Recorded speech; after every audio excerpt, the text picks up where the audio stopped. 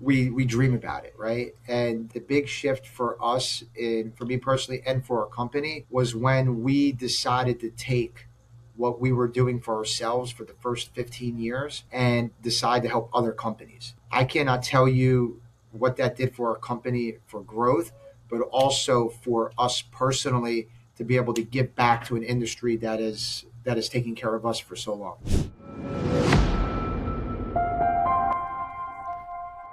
Hello, everyone. I am pretty excited about today. Today, we have a big shot. We got Sal Salpietro, known as the ATM CEO. It's nationally recognized authority for ATM operators, financial crimes, and cash access advocacy. With over 27 years of experience as an entrepreneur and as a business owner, he brings a rare 360 degrees perspective that brings financial institutions, processors, and law enforcement. We have a lot to discuss here, and I am pretty excited. Before I give you more about him, Sal has over 8,000 ATMs nationwide, dispense over $250 million a month, commissions that he paid monthly over $11 million per month, years in the industry, 19 years. I don't have this question for you or an answer for this one. Average passive income per location. What do you have out there? Are you asking? Yes. I mean, you can go down a rabbit hole on that depending on how you determine it, but on average, $300 to $500. That's excellent. I don't think I have an answer for this one. Customer retention, satisfaction. How old is your oldest contract that you currently operate? 19 years. We still have our 20 of our first ATM locations that we got almost 20 years ago. That's excellent. That's pure value right there. I know that there is a lot to introduce to tell you about you, Sal, but tell us something about yourself. And then I'm going to ask with some questions here. Sure. Great introduction, obviously. One thing about me that's interesting is we've been doing this for so long that we dream about it, right? And the big shift, and we'll get into that, the big shift for us for me personally, and for our company, was when we decided to take what we were doing for ourselves for the first 15 years and decide to help other companies. I cannot tell you what that did for our company for growth, but also for us personally to be able to give back to an industry that is taking care of us for so long. That's excellent. How did you get started in the ATM business, Sal? All right, I'll give you the abbreviated version. Going back in the early 2000s, I had a real estate company, and I had a friend who I used to help with his ATMs in the late 90s when they first came out, who begged me to get involved in these new things that just came out. And we're going to really date ourselves. I remember we used to build them in his garage in the Oh, 90s because there wow. were no actual ATMs. We would buy the cabinet from China, get Veriphones, which would be the computers. We'd get dispensers. We would actually build them. There was no reporting tools, no portal. You would put them out, and you would know when they were empty when you went to show up and just look inside. So there was no reporting, and it wasn't for me. At that point, I was in the restaurant business. Fast forward, early 2000s, I'm in the real estate business. I'm selling him his second mansion. He stuck with the ATMs right off the bat. He did very well for himself. And after I sold him this house, he asked me if I wanted to run a couple ATMs for him. And it was right around when the real estate market got a little out of whack there. And I said, why not? And the rest is history. It was like something clicked for me. Like I just mentioned my two previous careers, right? I was in the restaurant business because that's what my family was in. I didn't like it because you were a slave to that restaurant there 7 days a week, late nights, Yeah. not the lifestyle I wanted. Then I went into the real estate business, very lucrative, but I always had this feeling of being unemployed Mm, because you were only as good as your last sale. yeah. So when I started to do this, it was like, oh my God, like it was like the holy grail. Like I get paid I think you while I'm, froze on me. and I can remember those first couple of years. I remember Friday night date night was Oh, me and my good. wife and a bottle of wine staring at the screen, clicking, refresh, refresh, and we would see someone like take out a transaction for $3. We're high-fiving each other, you know. We've So done that too. those times are very near and dear to my heart. But that's literally how I got in, and then from there, you know, we made a decision because the real estate market was collapsing to walk away from that company, and we went all in on the ATMs. Nice. And it took us 1 year to Excellent. replace our income. How has it evolved since you began? Oh, it's a when we first started, again, early 2000s, um, you could put an ATM in a clothing store in a tourist area and make $1,000 per location in your pocket.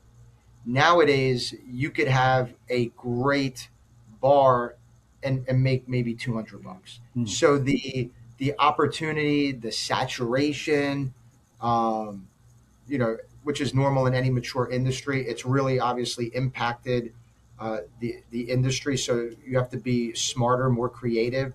And one thing that we've done is we've really leaned into ancillary products.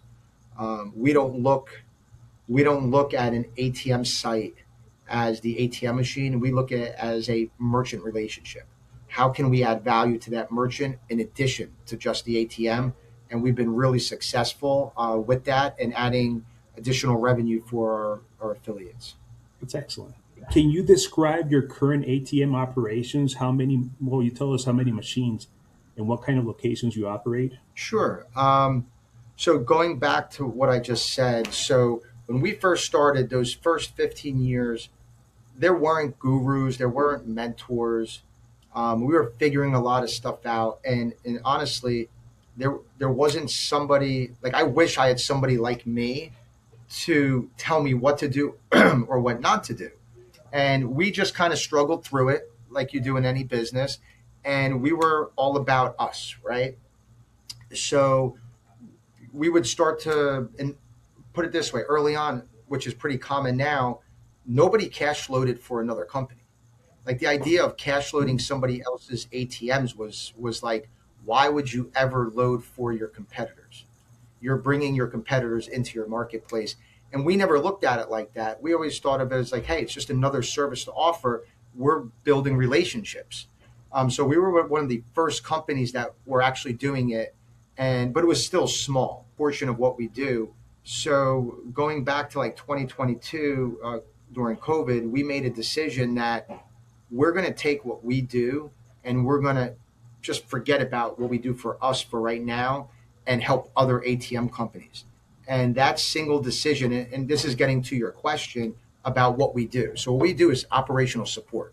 So everything I learned for us, we made a system to help other ATM companies. So like right now we help over 200 other ATM companies. So to give you an idea, from that time till now, our placement side of our business is less than 10% of the overall business. So think about that growth. So 90% of our growth since 2022 is specifically helping other ATM operators with their businesses. I know why you switch a little bit on your strategy, but tell the market and everybody here and here that where do you operate the most? Okay, so we're in 40 plus states. We are an ISO, so we are a true ISO. So we operate everywhere, but our primary market is the state of Florida. We've got multiple branches in Florida with plans to start expanding our branch model outside of Florida. So in Florida, we handle everything from cash loading to service. Um, Even we even do CIT for a lot of banks, financial institutions, and even government agencies right here in Florida. And our goal is to expand that outside of Florida. And the information that I got that I was reading prior to interviewing you right now, you mentioned that you were in a lot of the hotels in Florida. Correct. So you were impacted pretty hard once COVID hit. Oh yeah. So this goes back to what I was saying about that decision. So what we were doing was we were running our small business, right? And looking back, it was the stupidest decision we were making, but you don't know what you don't know. It's like about having a mentor. We were using our own vault money. Like every time we would look to grow, it would be like, dang, now I got to get more vault money. Where am I going to get vault money from? So I wasn't concentrating on the company. I should have been concentrating on the bigger picture, not the individual operations. So there were sales were not happening, things weren't happening. And going to your point, we were happy because we were making enough money as a family to run this business, and we were, very very happy. But during COVID, what happened was it literally 6 months before COVID, we said to ourselves, all of our C stores are a pain in the neck. We're dealing with all of these owners that for a penny, they want to get rid of you. They're always trying to squeeze you. Where are we not having any issues? The hotels. The hotels, you negotiate a great contract, you provide good service up until a renewal period or a request to bid. We're solid. So we decided to sell all of our C stores Wow. and and go all in on hotels. Well, one of our biggest accounts was Universal Studios and all those hotels. Whoa. Um, Literally within 6 months, that branch in Central Florida was in serious trouble. Um, so coming out of that, we said, me thinking about staying small, like a lot of people do, I can control my vault cash. I'm afraid of theft. Um, I didn't know how to think any bigger at that point. I was actually causing the company harm, right? Because I was small, when something happened, we got impacted and we had to close down a branch. So coming out of that, we decided going forward, we have to be too big to fail so that when things happen, we're able to capitalize on the crisis as opposed to survive it. And that's where in the last couple of years with the interest rates jumping and a lot of other things that have happened in the market, we've grown tremendously during that time. That's excellent. I am going to take the assumption that you sold that portfolio because of what you said, that they were requesting more money, but then you needed inventory. So you needed inventory for more Yeah, machines. yeah. So going like I was saying, Franco, like I was thinking small. So well, we'll sell this. We'll take that money for more vault cash. We'll continue. Then we'll replace it with some other stuff. So I was thinking really small. So coming out of COVID and making this decision, I started calling some of my connections in the industry, and they were like, and I was thinking, well, hey, I'm thinking about doing this. What do you think? And two of them were CEOs of publicly traded companies, and they laughed and they said, Sal, we thought we would be working for you one day, Oh, wow. 15 years ago, but you never showed any interest in wanting connections or growing. You never asked. And literally, I was like, oh my God. And I got a phone call the next day from the bank, the vice president of the bank, saying two people called me yesterday saying we have to work together. And that started our growth. And 6 months later, we were preferred provider for a funding bank, and vault cash became not an issue. We became more of a logistics company, and worrying about, how do we roll out? How do we not bottleneck? How do we have processes for scalability? And vault cash was a non-issue. And that's why I tell operators all the time, do what you do best. If it's not us or somebody else, let them help you with the operations. Concentrate on sales, concentrating on growing the main thing, and don't get stuck in those operations where, how you were asking me in the beginning, how much can you make per location? Well, the problem is most small guys, they don't look, well, what's the cost of my cash? Oh, it's my own money. Well, there's an opportunity cost to invest that money. Well, how much am I paying? Well, I don't have any employees to load. I load myself. But what is your time worth? I self-insure. Well, just because you're not paying insurance doesn't mean you're not incurring risk. So you have to look at all this stuff. If you put those pieces in place, will you make less per location? Yes. But it frees you up to get more locations. And then inadvertently, your cash flow might go to where it was, but the value of your company is going to be 10 times because now you have a bigger company to sell.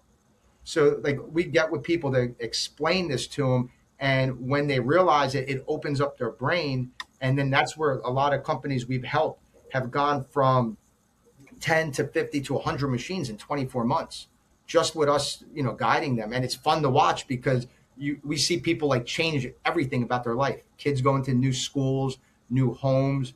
One of my customers We run all this stuff. He just moved out of the country last Oh month, wow. because he's like, you So you guys should got not be known as the CEO. You should not be known as the CEO. You should be known as the one that trains the new CEOs to run their true, business as they should. true, yeah, because like ultimately, the ATM business that is the vehicle that we have chosen. But the things I'm talking about, the principles to put in practice, it can be done in any business. I just love this space between the cash flow, the appreciation, the tax benefits. It just spoke to us. But you're not limited to just this space. But these principles can, some of your audience, they've got other businesses, or this might be something that they're looking into.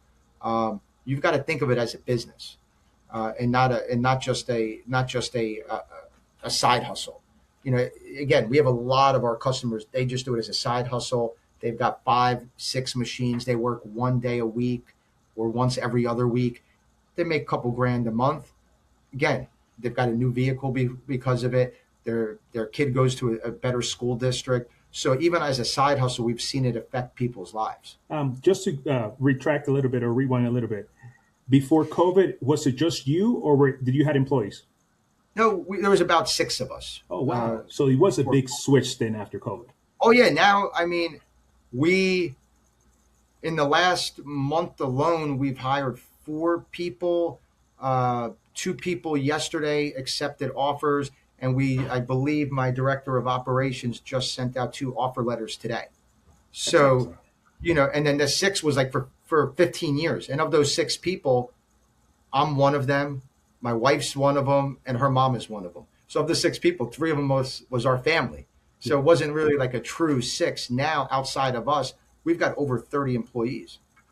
That's excellent. That's what is needed when you run 8,000 machines. So that's Exactly. pretty cool. Let's talk a little bit about placement and strategies and partnerships. What do you look for when choosing a location for an ATM placement? Yeah. So, you know, one thing we look at is we always are thinking about, the exit, right? Um, And to me, what's more important is that you're doing it properly. Like I've listened, you're great, by the way. I've Mhm. listened to several of your interviews. I think you're adding a lot of value for the space. And then I've listened to a lot of your guests. Some things they say I agree with, some things I don't.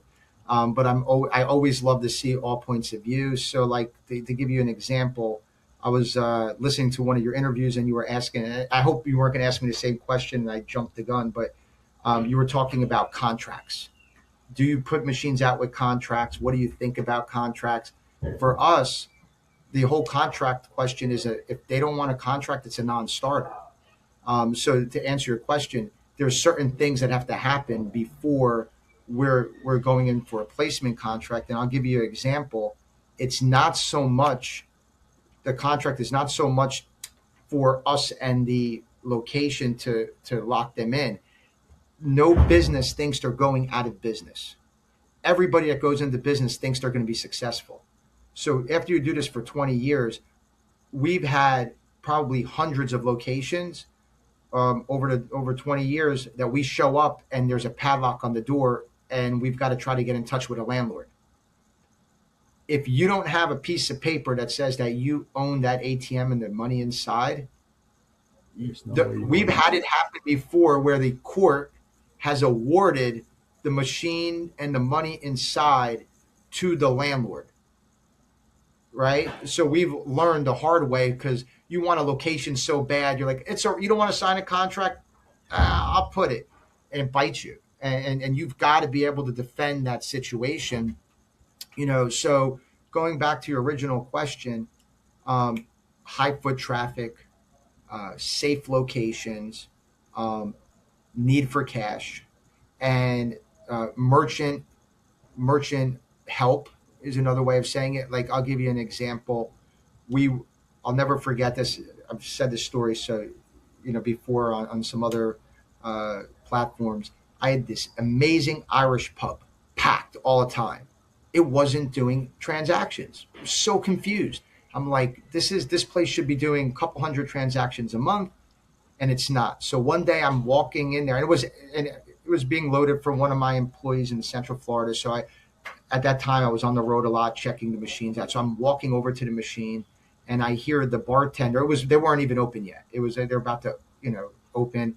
I hear the bartender yell, "Hey, sweetie, don't use that thing. Come to me. I'll give you cash back at the bar." Oh, oh. So it hit me. The bartenders were telling the people not to use the machine. They were doing cash back at the bar so they can get better tips, I'm assuming. But we were not aligned. The merchant and the ATM provider are not aligned. So it doesn't matter how great a location is if they're telling people not to use the machine. And the same way, like I've had a sub shop before, which they shouldn't have done a lot of transactions, but he was cash only. And we're doing 300-400 transactions. I've got a couple of them still doing 300-400 transactions a month, and tiny little places.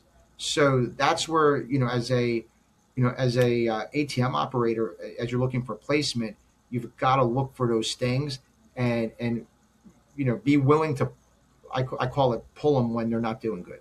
We see so many people, they leave them there for way, way longer than they should. We have those talks, like the same way with that location, we talk to the merchant. This is what we're observing. We're not talking about the fact that it says they can't do cash back in our contract. We're telling them that if you need the ATM, then you need the ATM. If you want to incur the extra cost of the cash back, we understand, but you can't have both. Otherwise, we are going to have to charge you. And we have some places we charge them a monthly fee for the ATM because the volume's low, and they understand they want it, as a convenience.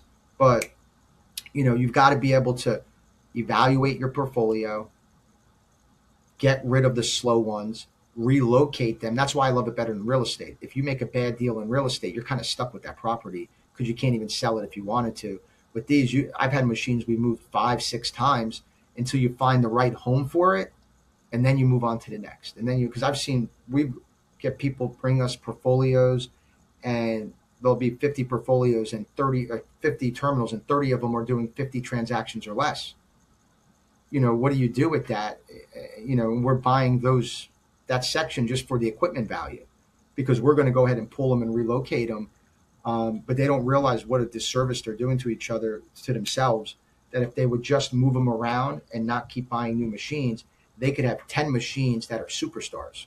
That's excellent. The next question that I'm going to ask, I'm going to add a little bit to it. How do you approach partnerships with business owners and your ISOs or anybody under you? Yeah, we truly think of it as a partnership. And something that we're doing, that when we became an ISO, one thing that, like, people thought I was crazy, because we became an ISO coming out of COVID, when everybody was giving up their sponsorships, because it doesn't make financial sense to be an ISO today, especially for the fines and the extra compliance and risk attached to it. And sometimes I've got to remind myself why we're doing it, because it really doesn't make sense. But early in the industry, customer support was a huge aspect. Customer service was a huge aspect. Nowadays, because there's been so much roll up, a lot of companies have gone public, like PAI is with Brinks. They gotten rid of that customer centric attitude, where when you need service, when you have a problem, it's very hard to get help. So when we decided to grow, we said, okay, what do we need to do in order to provide the service to our affiliates and actually be able to help them? And the first thing was, we have to become the ISO, because then the buck stops with us, and then we can actually do things and control that environment. So to give you another example, so that goes to the next question. All ISOs, not all, but most ISOs nowadays, because of the environment, they have to pick a processing switch to get the rates that they get. So if you're talking to somebody, hey, I'm an ISO with Switch Commerce. So if you want to be at that rate, you got to be with them under Switch. So what happens, you get very fragmented. You end up with 3 different ISOs for 3 different processors, right? Well, I said I have to fix that. So we currently are an ISO and give the same rate for multiple platforms. So we can do it on Switch, DNS, CDS, PAI, and you get the same rate across the board. So what did that do? For me, it was like, okay, we have to change the game. We need to put pressure back on the processing switches to say, listen, I can bring these customers anywhere. But guess what I'm doing? I'm letting the customers decide which processing switch is giving them the best customer experience, the best service, and is the most innovative. So when they come to me going, can you bring us more transactions? I say, can you give better customer service? Can you make some innovations? Can you increase other products on your platform? If you do those things, these customers will automatically come to you. But I'm not telling any of our customers to choose one over the other. I'm letting you earn your business, which that hasn't happened in years in the industry. So as we grow, that's what we want to do more and more of. And that's how we're changing the game and giving support and really being there for our affiliates. So you're an advocate for improving. Oh, 100%.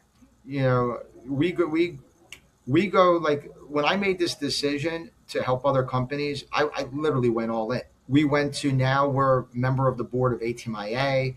I sit on the convention committee for NAC for putting on the show every year. We go to DC and we're a huge advocate for changes in legislation to help the individual ATM deployer.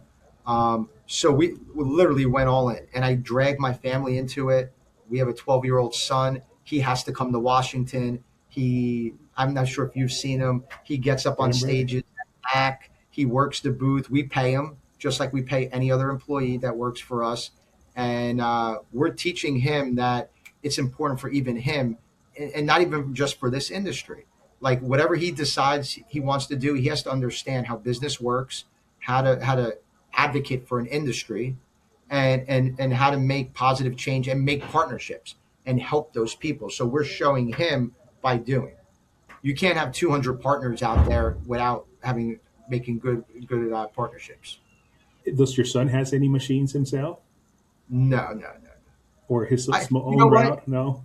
You're the first person that's ever asked me that, and I never thought about it. I literally, you. Thank you, thank you. I should really pose that to him. So no, he does not. He should though. I guess I asked you that because my parents had a factory, a little juice factory, and at the age of, I want to say it was 11, I was running the factory on Sundays when they were closed, and that was the time for me to operate, and I had my own route selling my juices, and that's Yes, because I saw my parents doing it. I grew up in the restaurant business, and both of my parents are immigrants, so I'm the first one born here. So like I feel like I have a superpower There you go. because I appreciate the opportunity.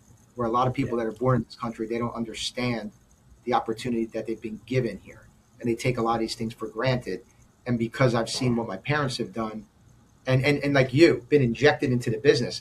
I was 6 years old. I was free labor, right? Like that's just how you grew up, and like I said, it's a superpower. Because you appreciate it and you work harder than everybody else, and you take nothing for granted, and nothing is given. Everything is earned. And I just wish that we are teaching that to our kids, and by seeing, I can see that on your family that Listen, you. I try. I try. It's a struggle. He's still unfortunately probably spoiled more than he should be. But But uh, hopefully in 20 years from now, they will be having the same experience that we're having, right? A and successful that's what we're business. trying to do, Yeah. right? We bring him to all these things because the same thing we're trying to recreate. At the time, I didn't appreciate it. I'm sure you didn't either. Like looking back, you go, wow, what an opportunity I had, and you start to put your thoughts of today on that version of you then. But wow, what an opportunity. So I'm hoping that happens for him. But you've got to recreate it because it's not the natural state today. The new generation, they just think different. Okay. Well, let's talk about this instead. What's the most successful placement you have had, and what made it work? Yeah, that's a good one. I mean, there's so many that we can choose from, but I'll keep it to the audience and what they can look at. The most successful placements that we've had are chains, right? Um, and that's because there's I look at it, it's not that individual place. Yes. It's the opportunity to have multi-location contracts, Yeah. right? So whether it's a hotel management company where you're locking in with the first place, and then they slowly put you around the country with them, and you can have 20 hotels owned by the same management company, or we've gotten big chains like martini bars that they're national, and we've rolled out with them. So always looking for the opportunity for the bigger picture. I think, and again, that adds value to what you're looking at. So when you evaluate your business model, you want to be looking at both things: cash flow, like how we started the conversation today, but also value of the company. What is the value of what you're creating? Because sometimes if you maximize cash flow, you're limiting the value of the company. Sometimes when you're maximizing the value of the company, you're lowering cash flow. So it's that tightrope that you have to walk to make sure you know what you're doing. Like for us, we always look at the big picture, so we forgo cash flow and have more systems, more customer service, more things that make our margins smaller, but it also makes our company more valuable and allows us to help more operators that way and give a better experience to our affiliates. That's great. I think there's so much that we can get from you, Sal, and I want to see if we can focus on, because you talked a little bit about this in the beginning, but talk to us operators about growth and scaling. How do you break that barrier? You mentioned that some of your guys had broken that barrier from 20 to 100, and then that 100 to 250, and that 250 to 500. How do we break to that 1,000? Tell us how to get there. So step one, I always tell people, um, you have to know two things. One, your exit before you start, and two, what is your goal, and why is that your goal? And I'll explain to you why it's so important. If you'll get people say, well, I want to have $1 million. I want my company to be worth $1 million. Okay, why? Like break down that number. And what I mean by that is, if you invest $1 million in passive income, what does that equal per month? And then you look at it and go, is that the lifestyle I want to live? Once you're able to break that down and you're like, yes, this is the number that gives me exactly what I want, now you know what your exit is. So now you go ahead and you reverse engineer it down to today. Okay, what do I need to do today to get towards that goal? How much time is it going to take me? And how do I get there? And it changes the entire dynamic of what you're doing, because now you're working a plan. And by working a plan, you're looking, so like the person who doesn't do this, what happens is they're just out there hustling and they're growing, but not with intention. So they're not tracking, am I doing good? Am I doing bad? They're just hustling, which nothing's wrong with that. But a lot of times they either don't get to where they want to go or have gotten to where they want and don't even realize it. So you track this plan, and then at that time you see, is my plan realistic? I was going to ask you that. What is a realistic plan for somebody starting? Again, it's up to the person, it's up to the resources that they have, and it's like, to one person, $1 million exit might be what they want. Another person, they might want $100 million exit. So that's the beauty of everything that we do. You have freedom of choice. But if you're not doing the things today to get to $1 million exit, there's no way you're going to get to $1 million exit. And if you don't know why you want $1 million exit, or then when you get to $1 million exit, you might be disappointed. So once you know what you want and you're able to reverse engineer it, now you go with intention. You always get there faster, because what happens is you always underestimate your ability.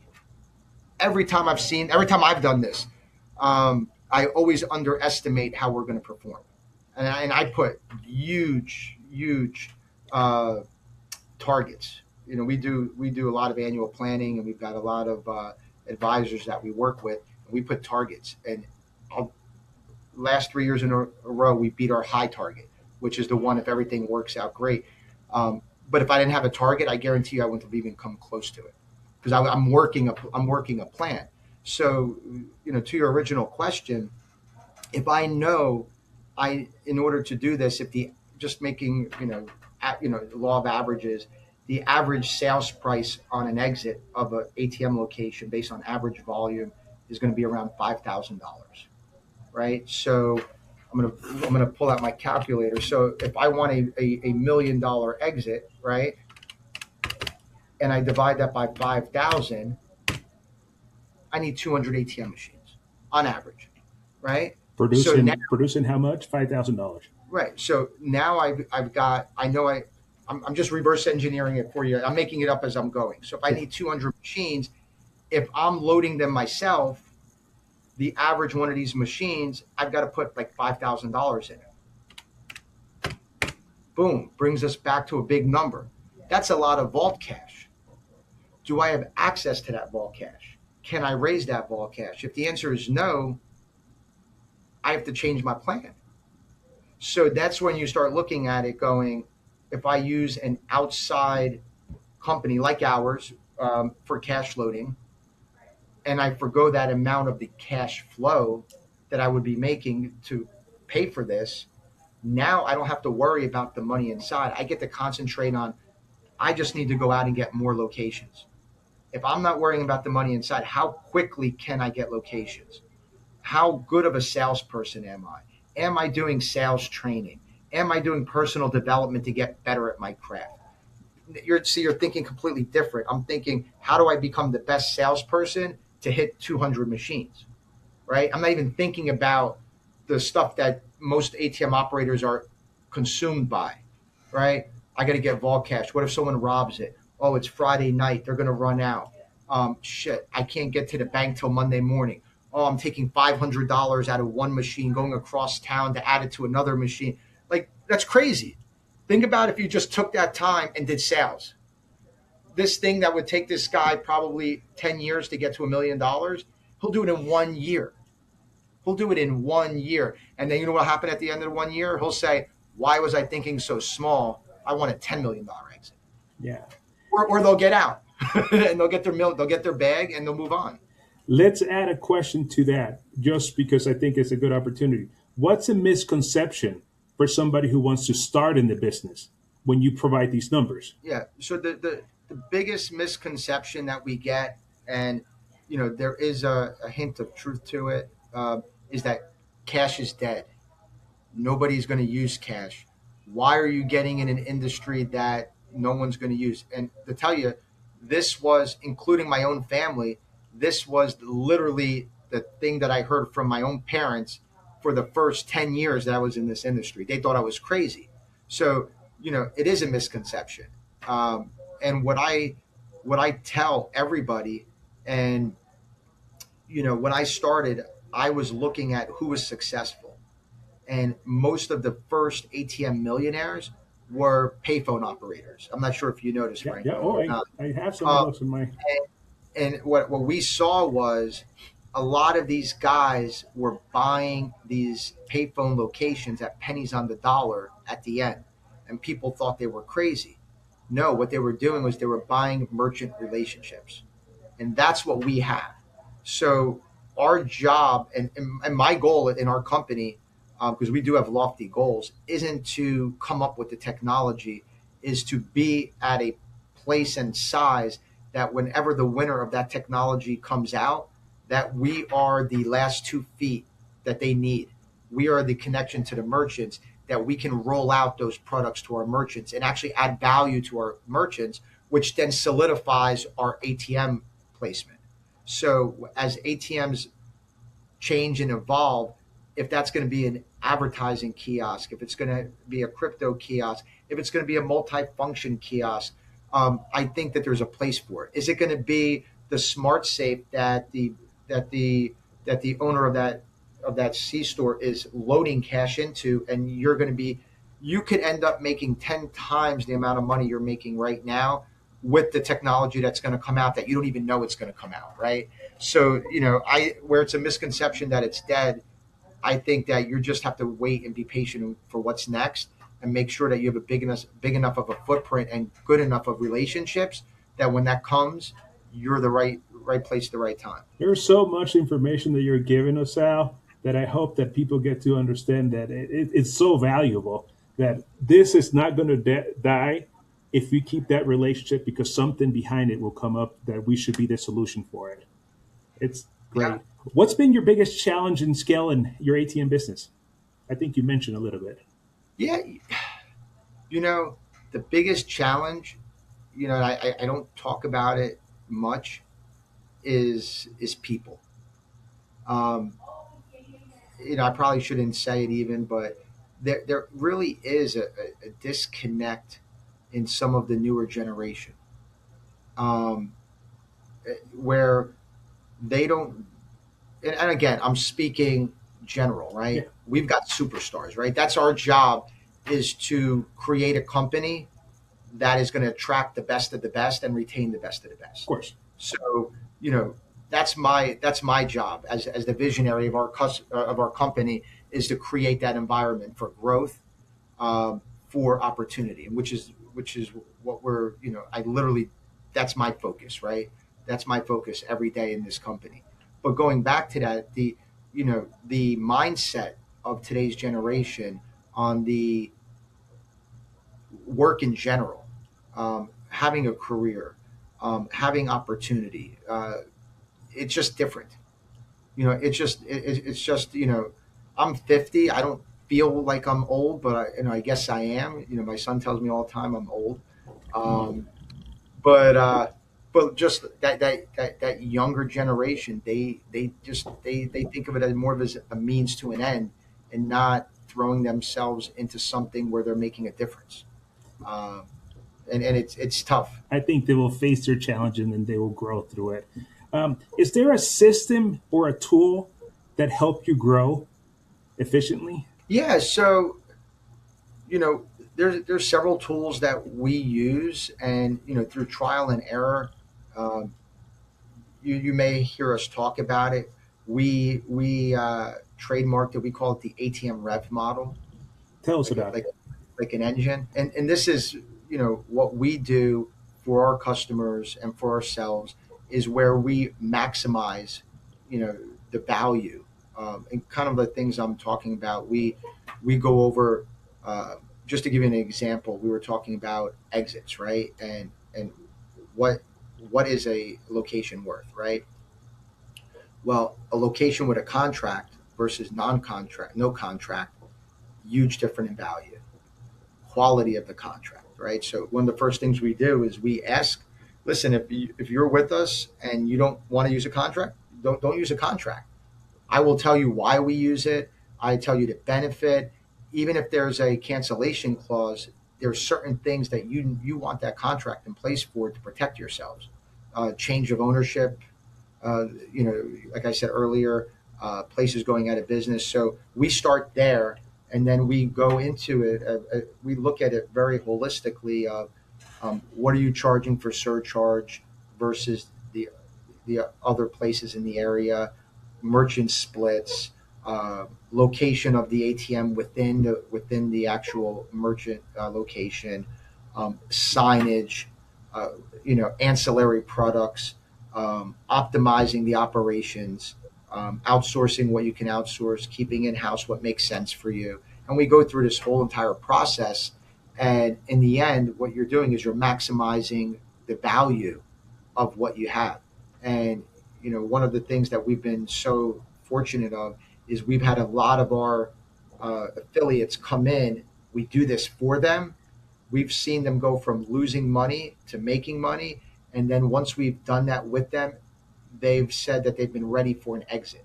So we've done 4 acquisitions this year with companies that came through our ATM Rev model. One of them being a private equity fund. That's excellent. We had a private equity fund come on. They were losing money, and we got them profitable. They asked me to be the manager of their fund. I asked them if they had a few more million if they wanted to invest, and they said no, we don't want to invest. And I said, I'm not a magician. There is a natural attrition. As good as I am, if you're not growing, you're dying. So I says, as much as I would love the money, it doesn't work unless you're going to invest more money. If you want to invest more money, I will get you to your goal. So instead, they said, why don't you buy us? And we ended up buying them probably for triple what their company was worth when we started with them. So we helped triple the value. And people think I'm crazy. You're helping somebody triple their value, and then you pay them that triple value. And I was like, yeah, but you don't understand. They're optimized.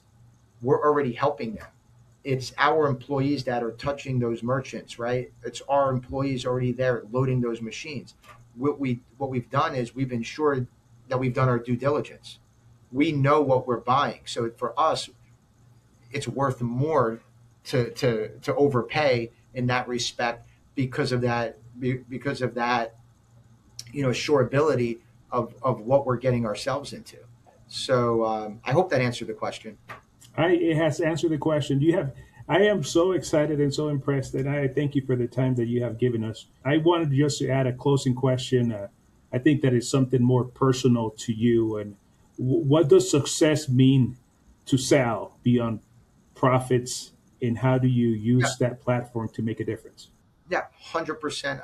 That's an easy answer.